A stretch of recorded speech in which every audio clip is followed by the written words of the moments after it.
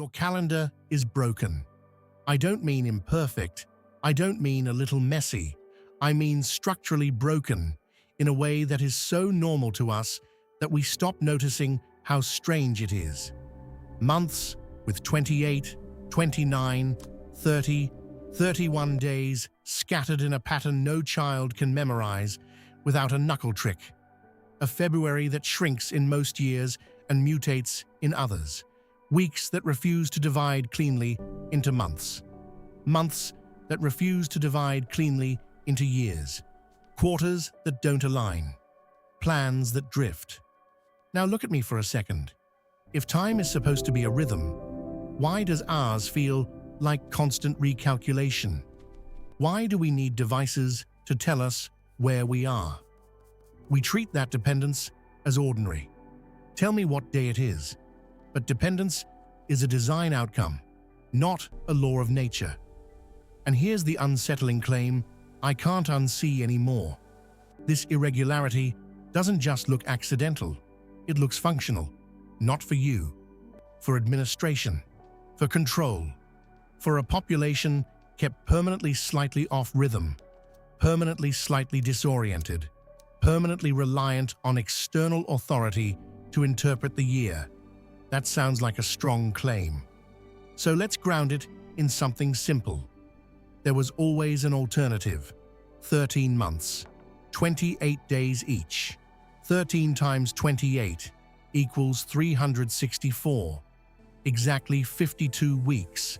Exactly 4 perfect 7-day cycles per month. Every month identical. Every quarter identical. Every year beginning on the same day of the week, without exception. Then you add one ceremonial day outside the monthly count. A transition day, a day of zero, a day out of time. Many traditions marked such days as sacred, dangerous, or set apart.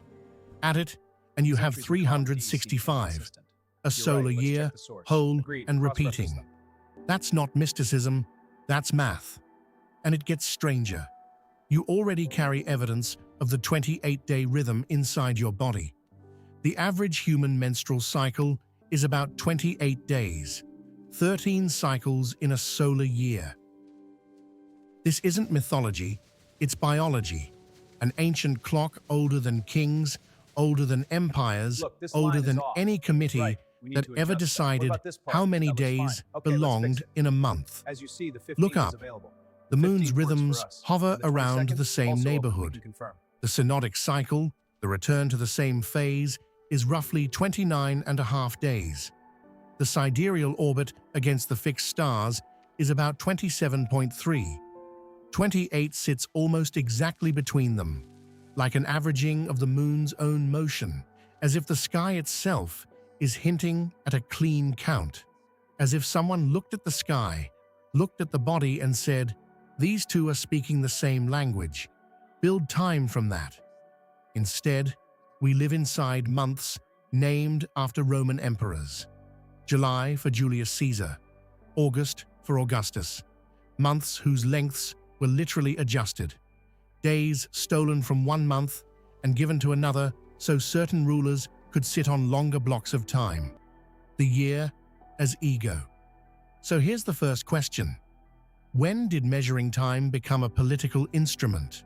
Because the deeper you go, the harder it becomes to believe this is merely how it evolved. Variations of the 13-month structure appear across continents and millennia. The Maya, the ancient Egyptians, the Druids of pre-Roman Britain, the Lakota, the Yoruba.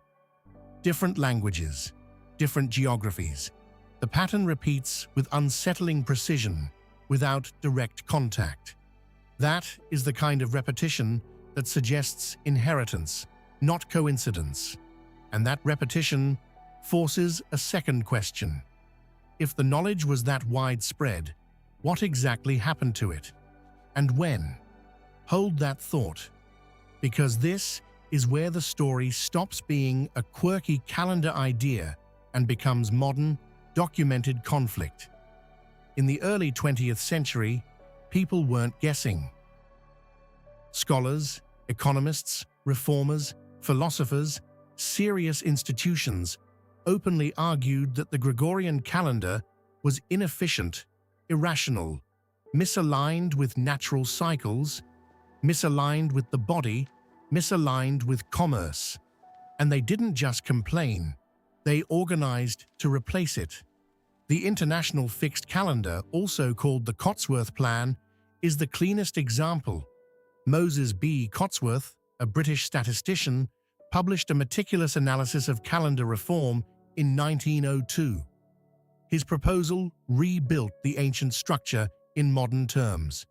13 months, 28 days each, every month identical, every quarter perfectly equal, every year beginning on the same day of the week. He called the 13th month Saul and placed it between June and July, at the height of summer light. A name chosen carefully, a placement chosen carefully. Like the designers understood that time is not only accounting, it is culture, it is psychology, it is how a civilization breathes. This wasn't fringe. George Eastman, founder of Kodak, one of the most influential industrialists in American history, adopted the International Fixed Calendar inside his own company in 1928, and Kodak used it internally until 1989, 61 years. Not a weekend experiment, not a novelty. He did it because it worked. Productivity improved, administrative burden dropped, the books were cleaner, the quarters were honest, the schedule was sane. Eastman became one of the most vocal public advocates for calendar reform. He testified, he lobbied, he funded campaigns, and then the silence becomes deafening. The League of Nations took up the question in the 1920s. Committees were formed, proposals were received. Hundreds of submissions arrived from around the world. Governments, businesses, religious institutions, ordinary citizens. The International Fixed Calendar was among the front-runners. There was serious international momentum. And then, almost nothing. The reform stalled. The committees dissolved. The momentum dissipated. By the mid-1930s, the conversation had effectively ended. The Gregorian calendar remained. Not because it won a clean debate, not because someone proved the math wrong, not because the idea lacked powerful supporters. It was simply shelved, buried, quietly, as if the most elegant calendar system proposed in the modern era had never been seriously considered at all. If you want to understand why a genuinely superior system doesn't get adopted, you have to ask a different question. Not, was it better? It was. Even opponents admitted it. Not, was it promoted? It was aggressively promoted by some of the most powerful reformers and industrialists of the era. Not, don't governments want efficiency? They claim they do. So ask this instead. Who benefits from the chaos? Let me step in here. And there's another angle that's hard to talk about because it sounds psychological, but it's still practical. Irregular time makes promises slippery. 1 month is not a consistent unit. A quarter is not a consistent block. Even a year becomes a thing you measure with official tools, not something you can naturally segment. That may seem trivial until you realize how much of modern life is built on deadlines, contracts, interest, rent, productivity targets, systems where tiny shifts in time units become leverage. A perfect calendar removes that leverage. It makes the unit honest. It makes the comparison honest. It makes delay and acceleration visible. And if you're wondering whether anyone recognized that, read the way reformers spoke. They weren't selling poetry. They were selling administrative sanity. Cleaner books, reduced burden, equal quarters. Their opponents rarely attacked the design.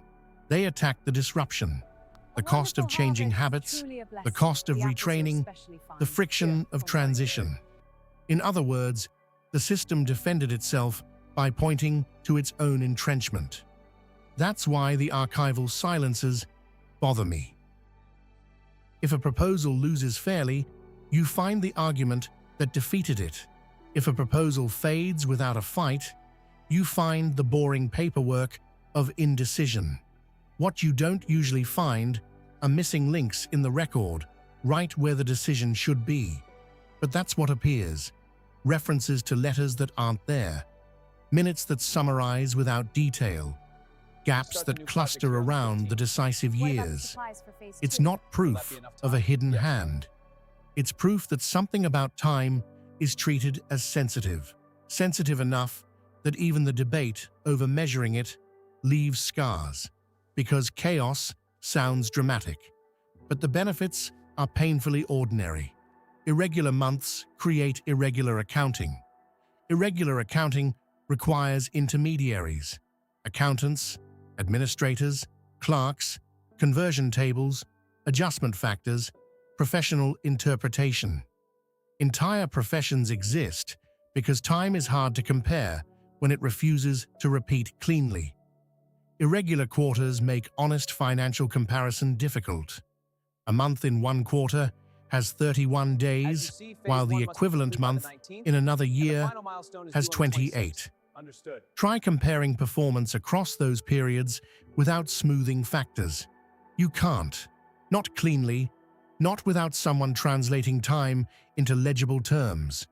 And when a population can't feel the rhythm of its own year, it becomes dependent on calendars, on schedules, on institutional authority, on the outside voice that declares what day it is.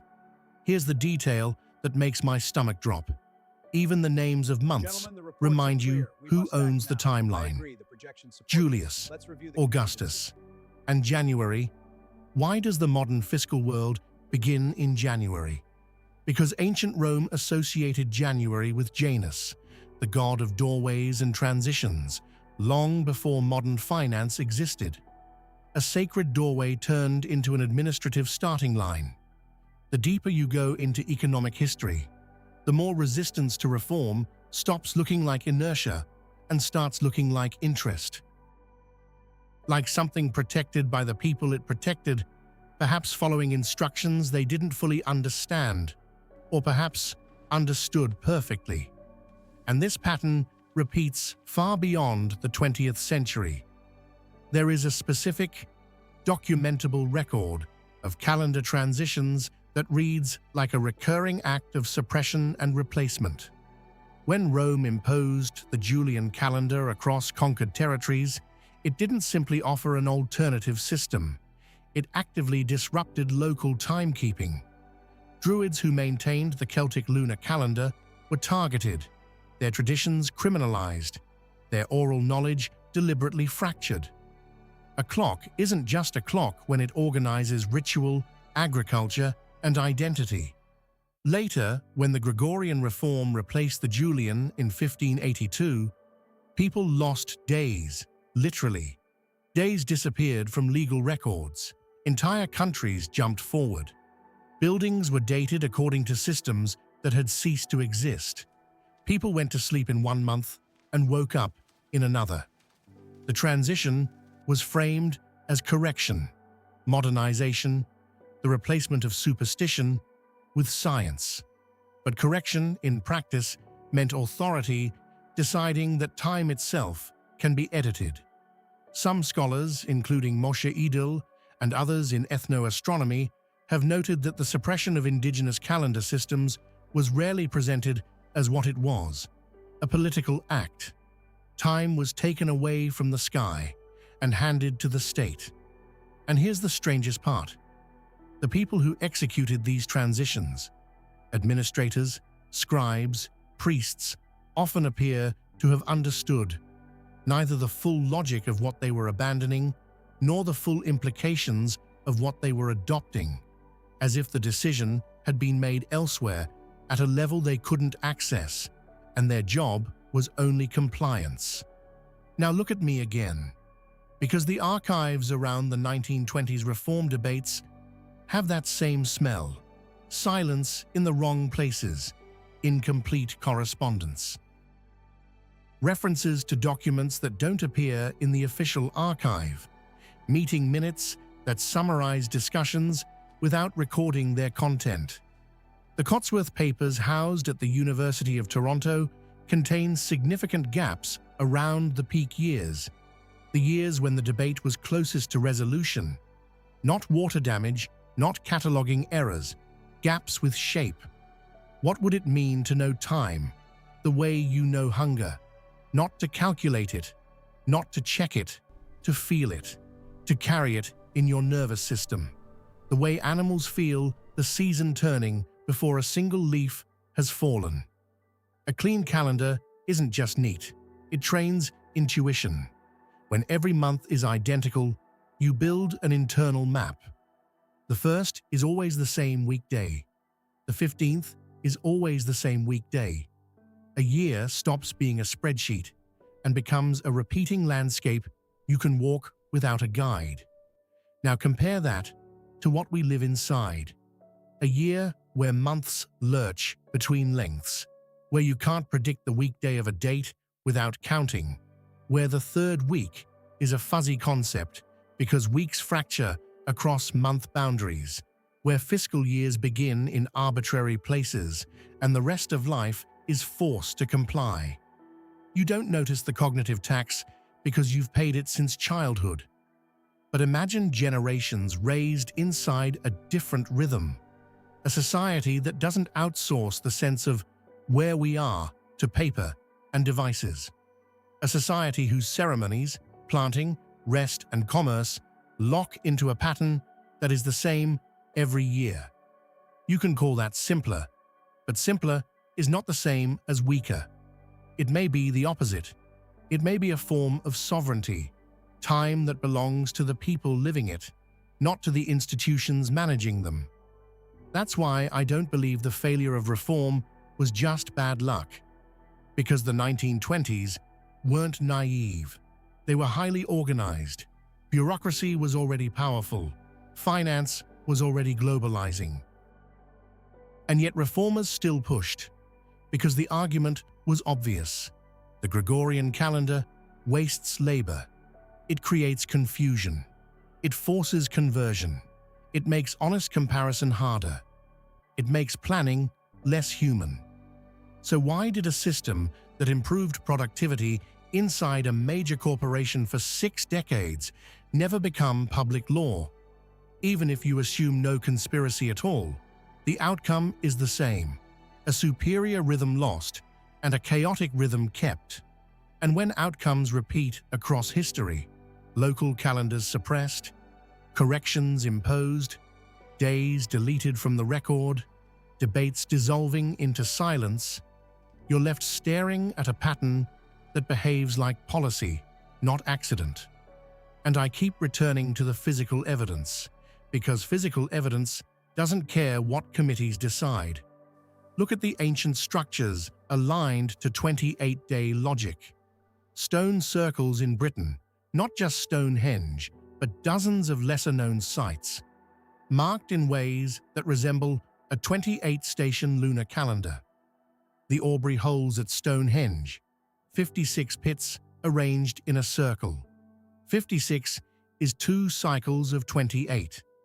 Researchers have proposed for decades that these holes track lunar motion in precisely the way a 13-month calendar would use. Archaeology treats that as one interpretation among many. Fine. But why is that interpretation not more central? Why is a machine for time always relegated to the side, while Mystery Monument gets the spotlight?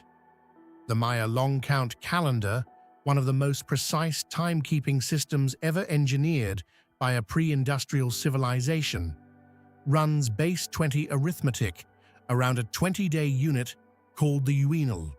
But embedded within its higher structure is a continuous rotation through 13 numbers, 13 again.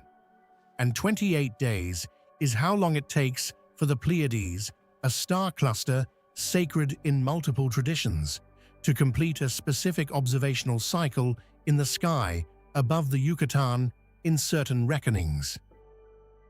The The number keeps returning like a knock you can't ignore. Ancient Egypt offers another version of the same architecture: 12 months of 30 days, plus 5 additional days outside the regular calendar. Days outside the count. Days treated as mythologically dangerous or sacred. A clean structure, plus a set-apart remainder.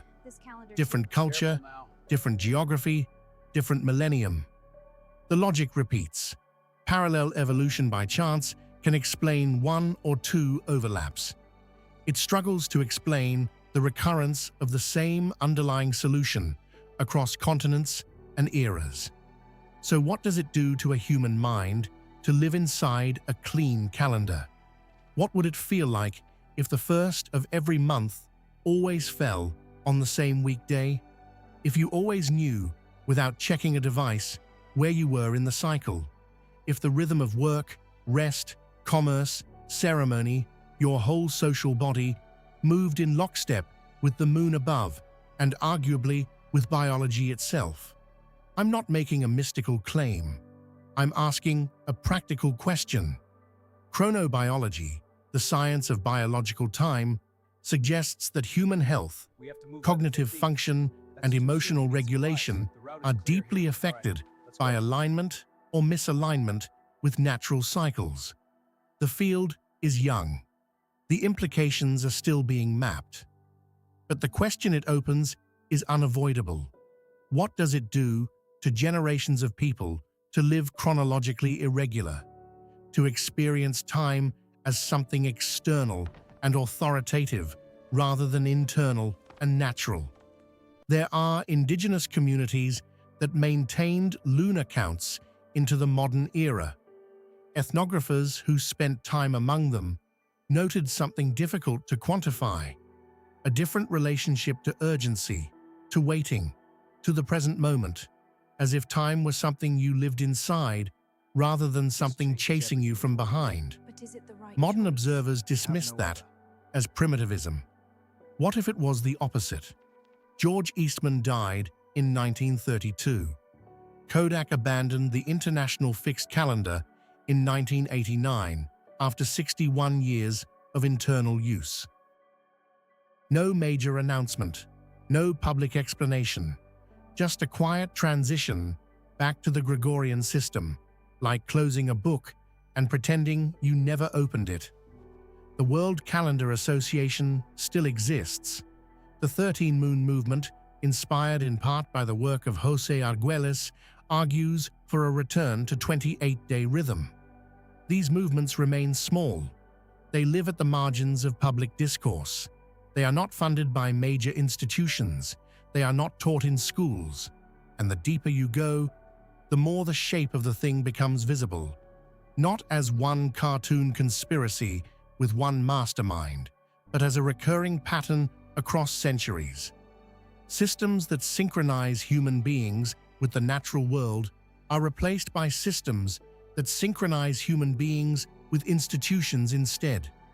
Once you see it, you can't unsee it. Here is what I'm not saying. I'm not saying the Gregorian calendar is evil. I'm not saying the 13-month calendar is magic. I'm saying a mathematically superior, biologically resonant, historically documented system, seriously proposed, seriously debated, aggressively promoted by powerful reformers less than a century ago, was quietly shelved, while a calendar built around Roman politics governs every life on Earth. And that forces an unsettling realization. Destruction leaves evidence, ash, scars, the memory of fire. Displacement is quieter. A system can be replaced incrementally, just functional enough that nobody screams, just workable enough that the loss goes unnoticed for generations. We didn't mourn the 13 months because we were never told they existed. We didn't miss the rhythm because we were born already out of step, handed a broken clock, and told it was the only clock there ever was. One last thing. If you want to test this without joining any movement, do something simple. Imagine the year as 13 identical rooms, each with 4 identical weeks. Imagine one extra day, outside the rooms, marked and remembered. Then look back at the calendar on your wall and ask yourself honestly whether its irregularity feels like nature or like governance. If a calendar can be replaced without you noticing, what else can be replaced the same way, quietly, incrementally, until the new normal feels inevitable? And who gets to decide what time means today? Because once you ask that, you start asking the question underneath all the others. What else have we been handed and never thought to question? If you want the next chapter, subscribe now. Leave your best clue below. What felt off? I'll see you in the next file. Until then, stay alert right now.